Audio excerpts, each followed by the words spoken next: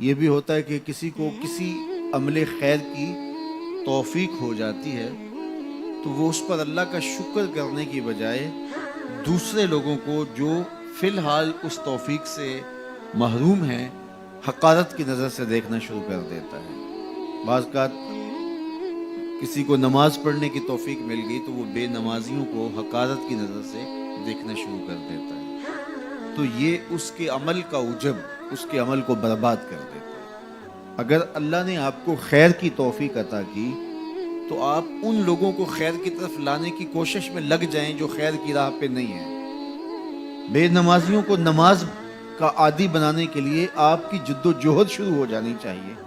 کہ یہ خیر مجھے نصیب ہوا تو اس کو بھی نصیب ہو جائے، نہ یہ کہ آپ کسی کو حقارت کی نظر سے دیکھیں اور خود پسندی کے مرض میں مبتلا ہو جائیں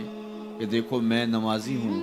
اور میرے پاس یہ ہے اور فلاں کے پاس یہ نہیں ہے۔ تو اس پر اللہ کا شکر ادا ضرور کیجئے کہ اللہ نے مجھے توفیق عطا کی، لیکن کسی کو حقیر جاننے کی بجائے اس کو خیر کی راہ پہ لانے کی کوشش کریں، تو یہ آپ کے صالح اعمال کی قبولیت کا ذریعہ بن جائے گا۔ نہیں تو اگر ریا شامل ہو گئی تو عمل برباد، اگر تکبر آ گیا تو اللہ کو تو پسند ہی نہیں، اگر عجب پیدا ہو گیا تو عمل کا نتیجہ آپ کو نصیب بھی نہیں ہو سکے گا۔ اس لیے عمل خالص ہو، صرف رضائے الہی کے لیے ہو،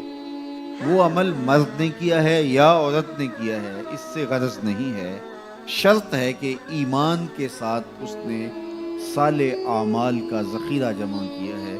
تو اس کو اللہ تعالیٰ جل شانہ ستھری، پاکیزہ، مطمئن اور خوبصورت زندگی عطا کرتا۔ اب وہ خوبصورت زندگی حیات طیبہ کیا ہے تو سنیے، حضرت سعید بن جبیر رضی اللہ تعالیٰ عنہ فرماتے ہیں کہ حیات طیبہ سے مراد الرزق الحلال ہے۔ اللہ جل شانہ جس کو پاکیزہ اور ستھری زندگی عطا کرتا ہے اس کو رزق حلال عطا کر دیتا ہے۔ حلال رزق کا نصیب ہو جانا ایک خوبصورت زندگی کا نصیب ہو جانا ہے، کیونکہ حلال میں طمانیت رکھی گئی ہے۔ ایک شخص جتنا بھی حرام رزق اکٹھا کر لے اس کو اس سے طمانیت باطن، سرور باطن نصیب نہیں ہو سکتا، اس کے اندر اطمینان اور قرار نہیں آ سکتا، کیونکہ حرام میں یہ ہے ہی نہیں۔ تو حلال تھوڑا بھی مل جائے لیکن وہ حلال تو وہ باطن کی طمانیت کا سبب ہے، اندر کی روشنی کا ذریعہ ہے، اور ایک سرشار، مطمئن، خوبصورت اور خوشگوار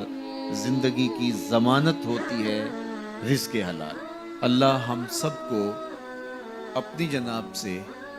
رزق حلال ہی نصیب کرے، اور اگر ہم سچے دل سے یہ عہد کر لیتے ہیں کہ اللہ ساری زندگی تو ہمیں رزق حلال ہی دینا اور ہم بھی ساری زندگی حرام کے